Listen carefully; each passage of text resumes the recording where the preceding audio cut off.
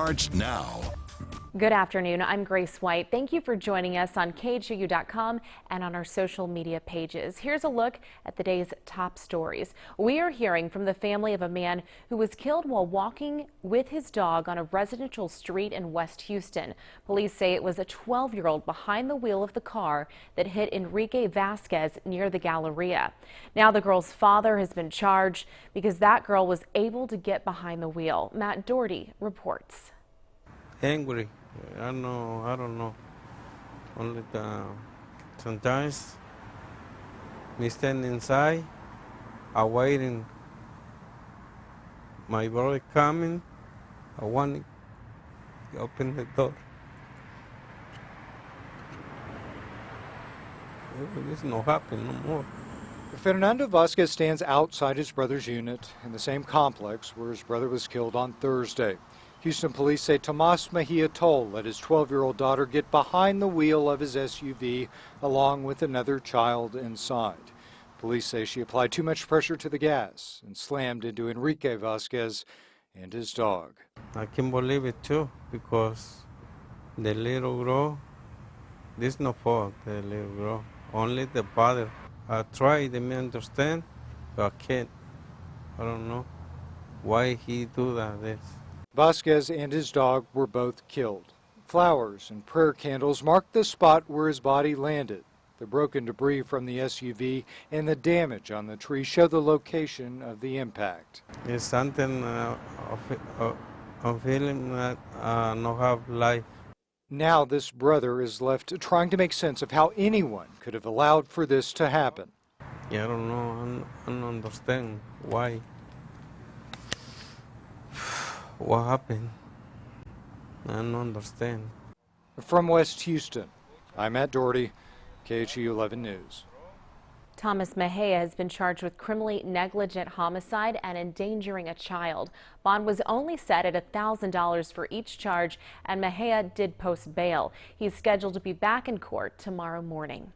Right now, the Texas chapter of Moms Demand Action is setting up for a rally in downtown Houston, calling for stricter gun background checks. The rally at Herman Square at City Hall starts at 7. This is in response to the most recent mass shootings in El Paso and Dayton, Ohio. Harris County District Attorney Kim Ogg and County Judge Lena Hidalgo are both scheduled to attend. The Moms Demand Action Group is calling for lawmakers to push through a new bill. It would require background checks for all gun sales. Right now, checks are only required for some purchases. Updating our breaking news now from last night. Police are questioning a possible suspect after a pickup truck slammed into a motorcycle officer in Northeast Houston. That officer was hit at a red light off the East Tex Freeway and Will Clayton Parkway. The officer is expected to be okay. Police say while they were investigating that crash, a suspected drunk driver drove through their roadblock. Officers arrested that man. And right now, a fundraiser is about to get underway on the Bolivar Peninsula for a teenager who was badly hurt in a freak accident at a water park there. Caden Strimple is in a medically induced coma after he slipped into what's known as an intake pump at the bottom of a pool at the Fun Town Water Park. The force of the suction left the 14-year-old seriously hurt. There is a fajita dinner plate sale starting at 6 o'clock tonight at High Island High School. Organizers are also holding raffles and an auction to raise money for Caden's medical expenses.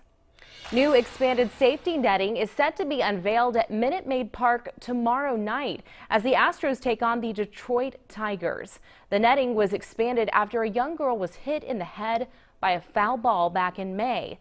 The netting will extend past the dugout boxes further down the left and right field lines. A family attorney says that little girl is still taking anti-seizure medicine as she recovers from her injury. And a reminder to keep an eye out for school zones during your morning commute tomorrow as more kids head back to class. Monday marks the return for students at Clear Creek, Dickinson, Klein, and Santa Fe districts. Aldine and Tomball head back on Tuesday.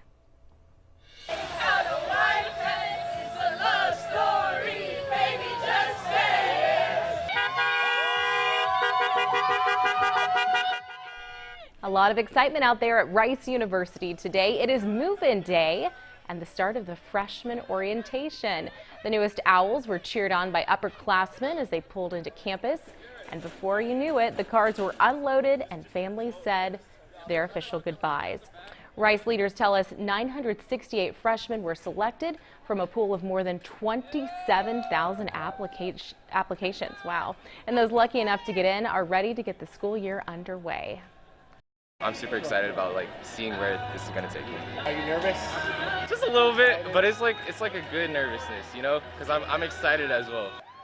Tomorrow night, these new Owls will enjoy a true taste of Texas with a barbecue dinner and some line dancing. The Rice semester begins next Monday.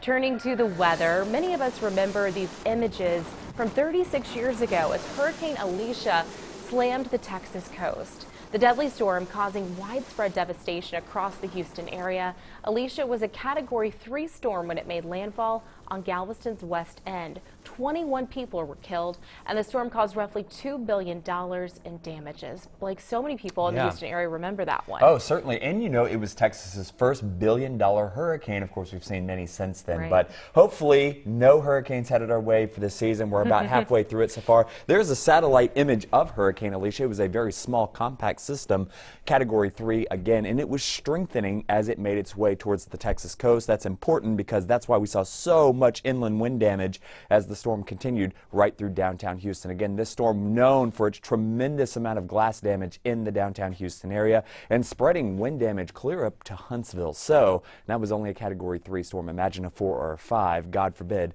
we never have to encounter one of those. All right, tracking the tropics this evening, the Gulf of Mexico nice and quiet, not a whole lot going on here. We are monitoring this area of disturbed weather off the Carolina coast. The National Hurricane Center giving that a 20% chance of development over the course of the next 5 days. Right now, not a whole lot going out there. In fact, the entire Atlantic pretty quiet. We continue to monitor this area of disturbed weather here off the coast of Venezuela.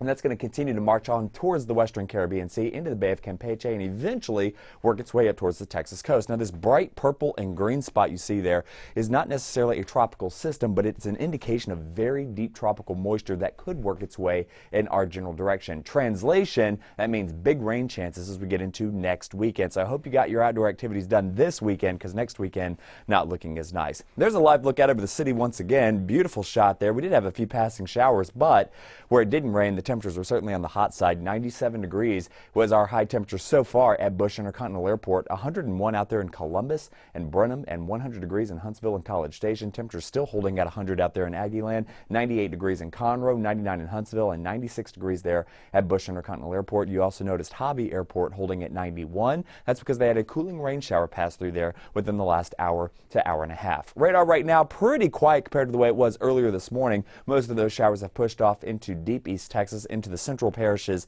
of Louisiana, but statewide we are monitoring a few thunderstorms up there towards the Panhandle, but that is about it. So take a look at the future track. Tomorrow will be very much like today, where it's not raining. Temperatures are expected to move up into those upper 90s.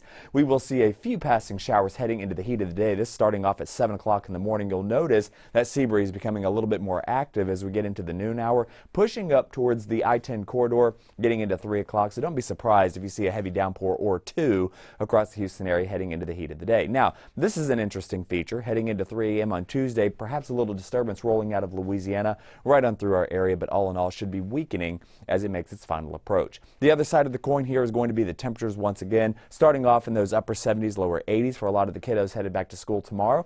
By the time we get to the noon hour, we're talking about temperatures in the lower 90s, warming it on up into those mid to upper 90s. Could flirt with 100 degrees out there in our western counties once again. So it is August. That's how we do it here in southeast Texas. A 30% chance of showers today, tomorrow and Tuesday, I should say, 20% Wednesday into Thursday. But you'll notice as we get into Friday, Saturday, and Sunday of next weekend, the temperatures go down. As the rain chances go up, we will continue to monitor that tropical disturbance in the Caribbean that could make its way in our general direction. Now, it's important to note that at this time I am not anticipating tropical development with this system, and we could certainly use the rain. So I think this is a pretty beneficial thing for us as we get into next weekend. We're seeing abnormally dry conditions across southeast Texas. We've got a couple of burn bans for a couple of area counties, so this is certainly a good thing as long as we don't get too much all at one time. Yeah, it'd be good to see just a little bit of rain. Just a little bit. All right, thanks, Blake. Make sure to grab our severe weather guide. It has everything you need to know about preparing your family. You can pick one up at any Floors for Living or Star Furniture. You can also download a copy from khou.com. All right, that's going to do it for us. We are back for KHOU 11 News at 10, and you can always get the latest headlines anytime right here on khou.com and on our social media pages.